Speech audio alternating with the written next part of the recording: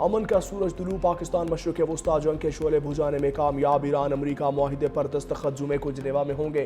تقریب کی میزبانی پاکستان کرے گا۔ وزیر اعظم شہباز شریف کا قومی اسمبلی میں خطاب، کہا فریقین نے صبر، تحمل اور دانش مندی کا دامن نہیں چھوڑا، جس کے نتیجے میں آج دنیا امن کے ایک عظیم دن کی گواہی بنی۔ اللہ نے پاکستان کو آج جو عزت اور وقار عطا کیا، قومیں صدیوں سے اس کی تلاش میں رہتی ہیں۔ فیلڈ مارشل عاصم منیر نے جنگ کے شعلے بجھانے اور امن کے لیے شب و روز محنت کی، جس کے نتیجے میں جنگ بندی کا اعلان ممکن ہوا۔ وزیر اعظم شہباز شریف کی صدر آصف علی زرداری، وزیر خارجہ اسحاق ڈار اور وزیر داخلہ محسن نقوی کو مبارکباد۔ قطر، سعودی عرب اور ترکیہ کے کردار کو بھی سراہا۔ وزیر اعظم کا کہنا تھا، یہ صرف دو ممالک نہیں بلکہ عالمی امن اور سفارتکاری کی کامیابی ہے۔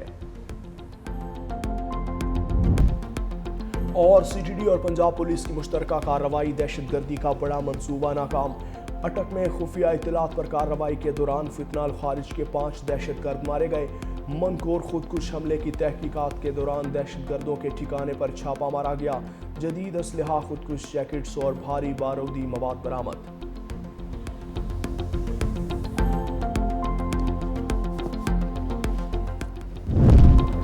ایران امریکہ معاہدے پر گزشتہ روز ڈیجیٹل دستخط ہو چکے۔ معاہدے کا حتمی متن تاحال جاری نہیں کیا گیا۔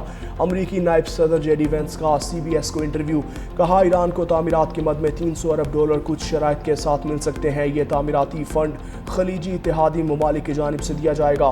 ایران ذمہ داریوں اور وعدوں کی پاسداری کرے تو اس فنڈ سے فائدہ اٹھا سکتا ہے۔ ایران کو $24 ارب کے منجمد اثاثے جاری کرنا معاہدے کے مسودے میں شامل نہیں۔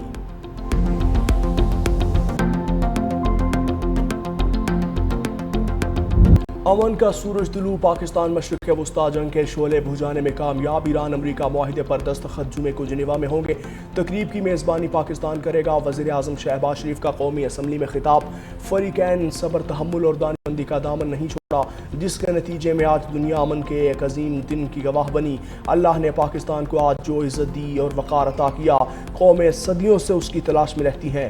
فیلڈ مارشل عاصم منیر نے جنگ کے شعلے بجھانے اور امن کے لیے شب و روز محنت کی، جس کے نتیجے میں جنگ بندی کا اعلان ممکن ہوا۔ وزیر اعظم شہباز شریف کی صدر آصف علی زرداری، وزیر خارجہ اسحاق ڈار اور وزیر داخلہ محسن نقوی کو مبارکباد۔ قطر، سعودی عرب اور ترکیہ کے کردار کو بھی سراہا۔ وزیر اعظم کا کہنا تھا، یہ صرف دو ممالک نہیں بلکہ عالمی امن اور سفارتکاری کی کامیابی ہے۔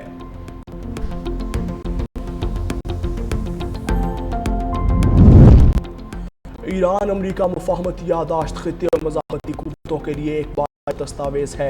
ایرانی صدر مسعود پزشکیان کا بیان، کہا معاہدے میں صرف ایک مختصر حصے پر معمولی اختلافات موجود تھے۔ اسرائیل کا رد عمل اس بات کا ثبوت ہے کہ ہم کامیاب اور سرخرو رہے۔ ایرانی وزیر خارجہ عباس عراقچی نے کہا کہ ممکن ہے جمعے کو سوئٹزرلینڈ میں مذاکراتی ٹیمز کے سربراہان کی ملاقات ہو۔ مذاکرات کا پہلا دور امریکہ اور ایران کے درمیان مفاہمت کی یادداشت پر دستخط کے بعد منعقد کیا جائے گا۔ امریکہ کے ساتھ کسی بھی معاہدے کی بنیاد اعتماد نہیں، احتیاط اور سابقہ تجربات ہوں گے۔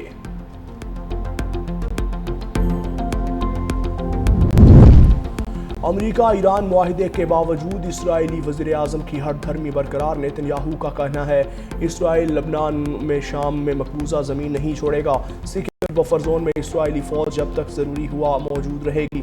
اسرائیل ایران سے منسلک گروہوں کے خلاف کارروائیاں جاری رکھے گا، اپنی سلامتی کے لیے ضروری اقدامات سے نہیں ہٹیں گے۔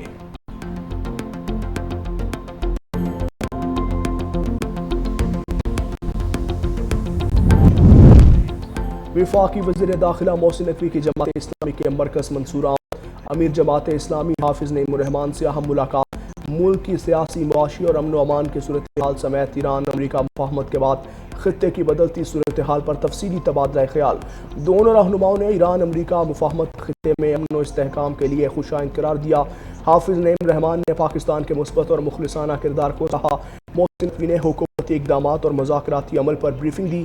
صومالیہ میں پھنسے پاکستانیوں کی واپسی کا معاملہ بھی زیر غور آیا۔